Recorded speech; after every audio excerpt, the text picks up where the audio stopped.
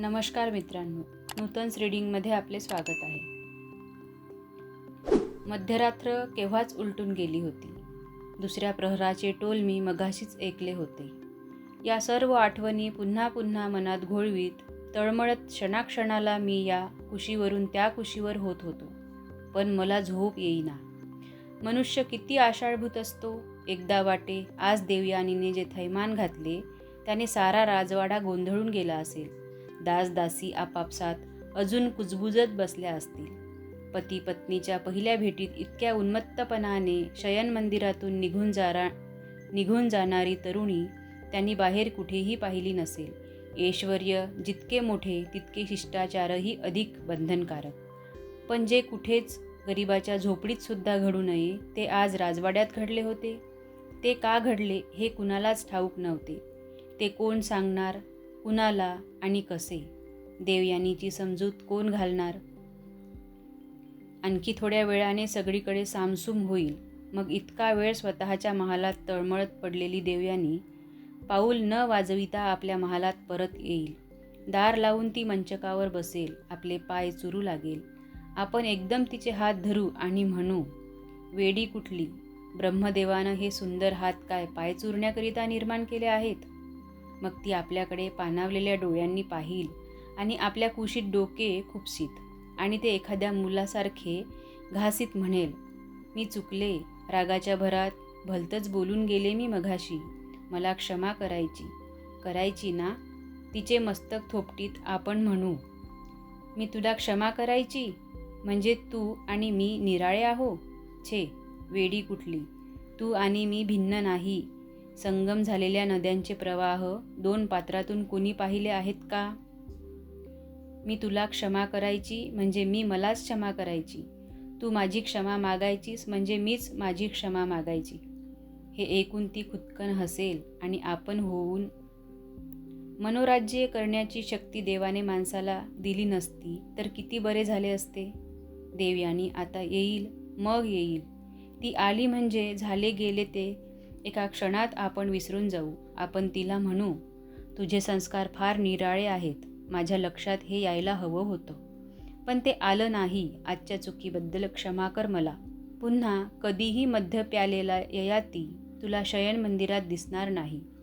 एवढ्यानं तुझं समाधान होत नसेल तर तुझीच शपथ घेऊन मी या क्षणी मी मद्याचा संपूर्ण त्याग करतो. पुन्हा कधीही कुठल्याही प्रकारच्या दारूच्या प्यालाला मी माझे ओठ स्पर्श करणार नाहीत. ती आपल्या गळ्यात हात घालून म्हणेल, माझ्याप्रमाणे तुमचेही संस्कार निराळे आहेत. माझ्या ध्यानात हे यायला हवं होतं. तुम्ही क्षत्रिय आहात, वीर आहात, राजे आहात. तुम्हाला राज्य चालवावी लागतात, युद्ध करावी लागतात. मध्यानं मिळणाऱ्या उन्मादाची तुम्हाला जरुरी आहे. तुमच्या या साध्या सुखाच्या आड मी येणं बरं नव्हे. पण मी तरी काय करू? मला दारूचा वास पळभर सुद्धा सहन होत नाही. एकांतातल्या आपल्या भेटीच्या वेळी आपण मद्य घेतलेलं असू नये एवढंच माझं आपल्यापाशी मागणं आहे. तिसरा प्रहराचे टोल पडले तरी मी तळमळत होतो. उगीच कान देऊन देवयानीची चाहूल ऐकू येते का पाहत होतो. पण माझ्या महालाकडे कुणीही फिरकले नाही. येणार तरी कोण? देवयानीच्या आततायी वागण्याने आई मनात खूप संतापली असेल. पण सुनेला उपदेश करायला जाऊन स्वतःचा अपमान करून घेण्यापेक्षा गप्प बसणे बरे हे ओळखण्या इतकी ती व्यवहार चतुर आहे. शर्मिष्ठा तर बोलून चालून देवयानीची बरोबर आलेली दासीच. मैत्रीण म्हणून काही बोलण्याचा तिला अधिकार आहे कुठे? आणि अगदी न राहावून ती काही सांगायला गेली तर ती वाघीण काय तिचे वाभाडे काढल्याशिवाय राहील? इतर सेवक आणि दासदासी बिचारी डोळे असून अंधळे, कान असून बहिरे आणि तोंड असून मुके. ती सारी माणसे आपापल्या जागी अगदी हळूहळू काहीबाही कुजबुजत हळहळत झोपी गेली असतील. त्रस्त मनाने मी मंचकावरून उठलो. अतृप्त शरीर आणि अपमानित मन यांची टोचणी मोठी विचित्र असते. अगदी सर्पविषासारखी. बाह्यता सूक्ष्म पण आतून तीव्र परिणाम करणारी. महालाच्या खिडकीतून बाहेरच्या काळोखाकडे पाहता पाहता मला मुकुलिकेची आठवण झाली. अलकेची आठवण झाली. मुकुलिकेने जे मला दिले होते, अलकेने जे मला दिले होते त्याच्यापेक्षा अधिक उन्मात्त अधिक उत्कट प्रेम मिळवण्याकरिता मी देवयानीचे पाणीग्रहण केले होते. पण पुष्पशय्या मानून जिच्यावर मी सुखनिद्रा घेण्याकरिता निघालो होतो, तिच्यातून सापाची पिल्ले बाहेर पडली. माझ्यातला मनुष्य जागा झाला, माझ्यातला पुरुष जागा झाला, माझ्यातला राग जागा झाला. मी स्वतःशीच घोकत राहिलो. मला जे सुख हवे आहे ते या पृथ्वीच्या पाठीवर केव्हाही कुठेही मिळवू शकेन. मी असामान्य मनुष्य आहे, मी पराक्रमी पुरुष आहे, मी वैभवशाली राजा आहे. इच्छा असली तर अंतपुरात दररोज नवी अप्सरा मी आणू शकेन. दुसऱ्या दिवशी सकाळी उठलो तेव्हासुद्धा मी गुस्सात होतो. एका प्रकारची लाज वाटत होती मनाला. कुठेतरी दूर मृगळेला निघून जायचा विचार मनात डोकावू लागला. इतक्यात शर्मिष्ठा महालात लगबगीने आली आणि हात जोडून मला म्हणाली, महाराणींची प्रकृती रात्रीपासून बिघडली आहे. राजवैद्य मगाशीच येऊन गेले. काळजी करण्यासारखं काही नाही, पण महाराज त्यांच्या समाचाराला जातील तर औषधापेक्षा आपल्या दर्शनानंच महाराणींना अधिक आराम वाटेल. बोलता बोलता शर्मिष्ठेने मोठे मोहक स्मित केले. निरभ्र आकाशात सुवर्ण रेषेसारखी नाजूक वीज चमकाविना तसे. माझ्या एकदम मनात आले, रात्री महालाबाहेर कसलेसे तबक घेऊन कुणीतरी दासी उभी होती. ती कोण होती? शर्मिष्ठाच का? मी आठवून पाहिले, नीट काहीच आठवेना. मी शर्मिष्ठेला विचारले, तू रात्री महालाबाहेर उभी होतीस? होकारार्थी मान हलवीत ती खाली पाहू लागली. रात्री शर्मिष्ठा मला कशी दिसली नाही? नको नको म्हणता म्हणता माधवाच्या घरी मी खूप माधवी घेतली की काय? मी विचार करीत आहे असे पाहून शर्मिष्ठा म्हणाली, महाराज, बाळपणापासून महाराणींची मैत्रीण आहे मी. त्या जरा तापट आहेत. महाराजांनी ते मनाला लावून घेऊ नये. ती क्षणभर थांबली नि म्हणाली, दासींनी काव्याच्या गोष्टी बोलू नयेत हे मला कळतं, पण कलहा वाचून प्रेमाला गोडी नाही असं सारे कवी म्हणतात. शेवटचे वाक्य ती भीत भीत बोलली आणि पुन्हा खाली पाहू लागली. तिच्याकडे पाहता पाहता माझे मन नकळत द्रवू लागले. ज्या देवयानीने आपल्या रंगमहालावर दासी म्हणून काल रात्री हिला उभे केले, हिच्या साऱ्या कोमल भावनांचा निर्दयपणे चोळामोळा केला, तिच्या सुखाकरिता ही मध्यस्थी करीत आहे. वद्य अष्टमीचा चंद्रोदय जीवनात सुद्धा असतो का? माझे अंधारलेले मन हळूहळू उजळू लागले. त्यात प्रसन्न चांदणे पसरले.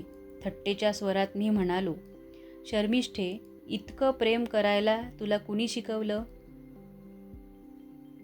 मेंदीने. रंगविलेल्या डाव्या हाताच्या नखांकडे उगीच पाहत तिने मला उलट प्रश्न केला, प्रत्येक गोष्टीत माणसाला गुरु असावा लागतोच का? या जगात गुरुमुखाशिवाय कोणाला विद्या मिळाली आहे? प्रेम करणं ही तर जगातली सर्वात श्रेष्ठ अशी विद्या आहे, संजीवनीहूनही मोठी. मग सांगते हवं तर माझ्या गुरुचं नाव. ती थांबली आणि म्हणाली, कच देव. कच? मी आश्चर्याने उद्गारलो. कच तर एक विरक्त तपस्वी होता. प्रेम हा शब्द नुसता कानावर पडला तरी 3 वेळा स्नान करणारा, त्याने शर्मिष्ठेला प्रेम करायला शिकवले? म्हणजे हिचे प्रेम त्याच्यावर होते? अरे रे. शर्मिष्ठा घाईघाईने म्हणाली, चलायचं ना महाराणींच्या महालात? एखाद्या आईचे बोट धरून हसत खेळत मूल तिच्या मागून जाते ना, तसा शर्मिष्ठेच्या पाठोपाठ मी देवयानीच्या महालात गेलो. माझे प्रक्षुब्ध मन शर्मिष्ठेशी बोलता बोलता शांत झाले होते.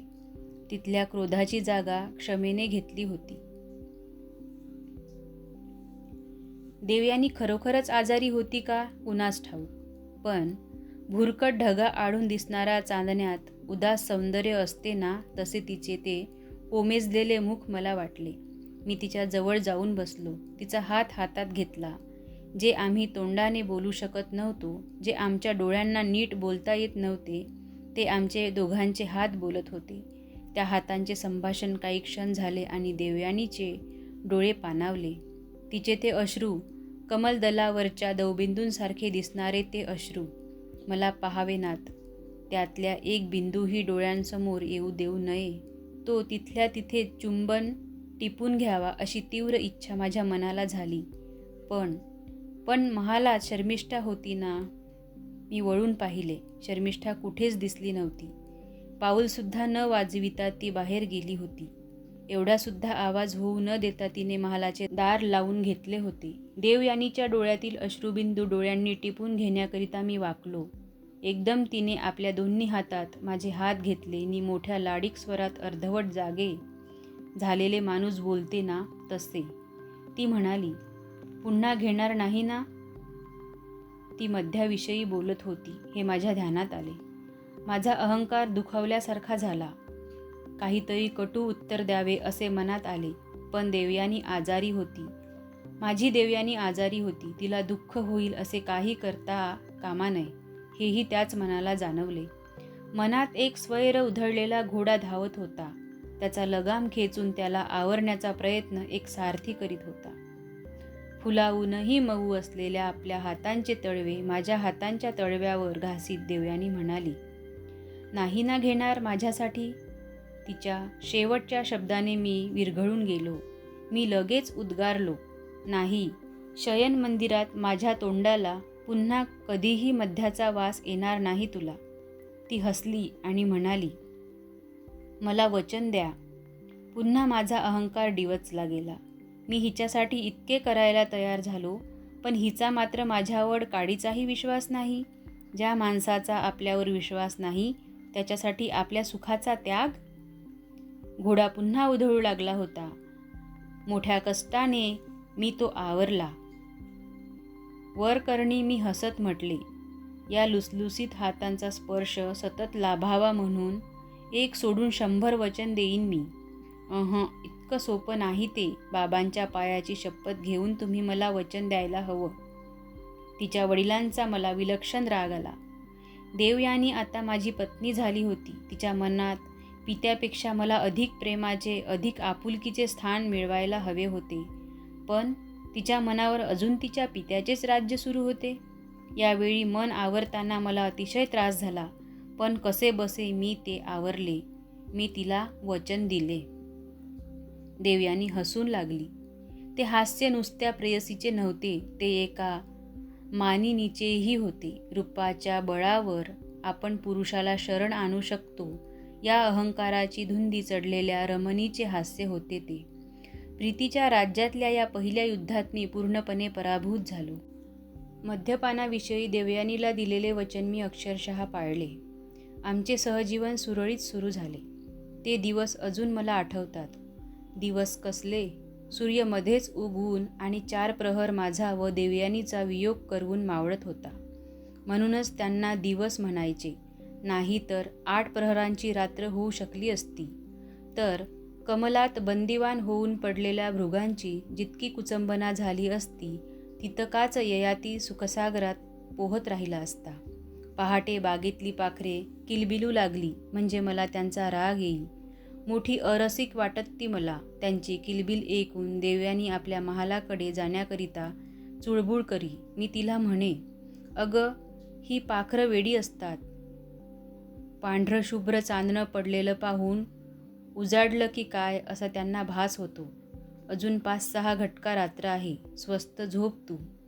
पण तिला ते खरे वाटत नसे. ती लगबगीने जायला निघे. मग मी म्हणे, आता मोठा कठीण प्रसंग आहे माझ्यावर. ती विचारी, तो कसला? तुझ्या वाचून 4-5 प्रहर काढायचा. ती मान वेळावून माझ्या उद्गारांची चेष्टा करी.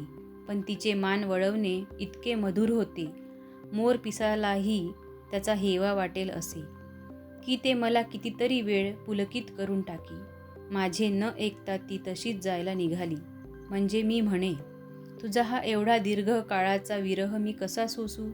उर्वशी नाहीशी झाली तेव्हा माझे पाणजोबा पुरुरवा राणावनात वेड्यासारखे भटकले. पशुपक्ष्यांना माझी प्रिया कुठं आहे म्हणून विचारू लागले. ही उर्वशीच आहे असा भास होऊन लतावेलींना ते अलिंगन देत सुटले. आज राजवाड्यात तसं काही मी करू लागलो तर? ती मध्येच बोले, इश्य, काहीतरीच काय बोलता? मी म्हणे, छे, हा दीर्घ विरह मला सहन होणार नाही. हा काळ मी कसा कंठू? तुझी काहीतरी खून मला दे. तिच्याकडे पाहत तिने झटकन पुढे व्हावे आणि आपणहून माझे कडकडून चुंबन घ्यावे. ओठावर किंवा गालांवर दंतव्रण दिसेल असे माझे दीर्घ उत्कट चुंबन घ्यावे असं मला फार वाटे, पण माझी ही इच्छा कधीच सफल झाली नाही. मग मीच तिची चुंबन घेऊ लागे. 1, 2, 3, 4 काही केला माझी तृप्ती होत नसे. ती हळूच माझ्या हातातून आपले मुख सोडवून घेई आणि किंचित चिडक्या स्वरात म्हणे, पुरे ना आता, अजीर्ण होईल नाही तर. मी उत्तर देई, आणखी एक. ती कृत्रिम स्मित करीत म्हणे, सारी फुलं संपली. खोट्ट, अगदी खोट्ट. कशावरून?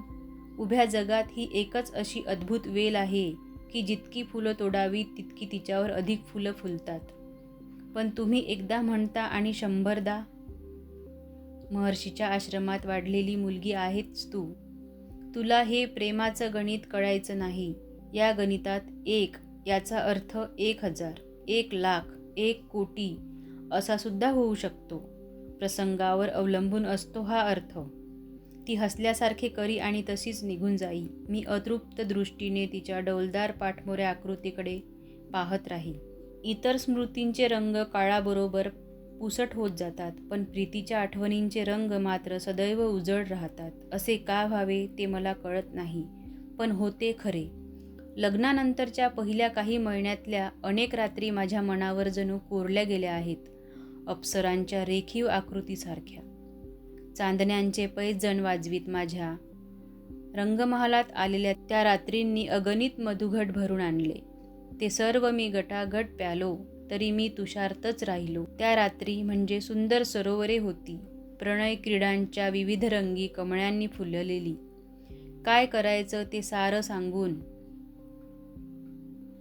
शरीर सुखाच्या गोष्टी मोकळेपणाने बोलणे शिष्टसंमत मानले जात नाही, म्हणून मी त्या सांगायचे टाळीत आहे. असे मात्र नाही. ब्रह्मानंद प्राप्त करून घेणाऱ्या आत्मविश्वासाच्या गोष्टीची चर्चा जर 4 चौघात होऊ शकते, तर स्त्री पुरुषाचा तेवढाच आनंद प्राप्त करून देणाऱ्या प्रीतीविषयी उघडपणे बोलावयाची चोरी का असावी? लाजण्यासारखे, लपविण्यासारखे तिच्यात काय आहे? त्या मधुर प्रणयस्फूर्तींचा सुगंध वाऱ्यावर उडत गेला आहे. त्यांच्या पाकळ्या झडून गेल्या आहेत, काटे मात्र मागे उरले आहेत. म्हणूनच मी देवयानीचे आणि माझे एक रम्य, स्वतंत्र, अद्भुत जग निर्माण करण्याकरिता काही काळ मी धडपडलो. ज्या जगात मी राजा नाही, देवयानी राणी नाही, ज्या जगात मी शापित नहुषाचा पुत्र नाही आणि देवयानी महर्षी शुक्राचार्यांची कन्या नाही, ज्या जगात तिच्या माझ्यामधली केवळ शरीराची संबंधेच नव्हते तर मनाच्याही शृंखलाही तुटून पडतील, ज्या जगात मृत्यूने ययाती म्हणून हाक मारली तर त्या देवयानी ओ देईल अशी, आणि काळपुरुषाने देवयानी म्हणून हाक मारली तर त्याला ययाती ओ देईल, या जगात ययाती नरकात निघाला तर देवयानी स्वर्गाकडे पाठ फिरवून त्याच्यासाठी आनंदाने रौरवाचा स्वीकार करील, आणि देवयानी कितीही वाईट असली तरी तिचे चांगले व्हावे म्हणून ययाती आपले प्राण पाकडील, असे जग मला हवे होते.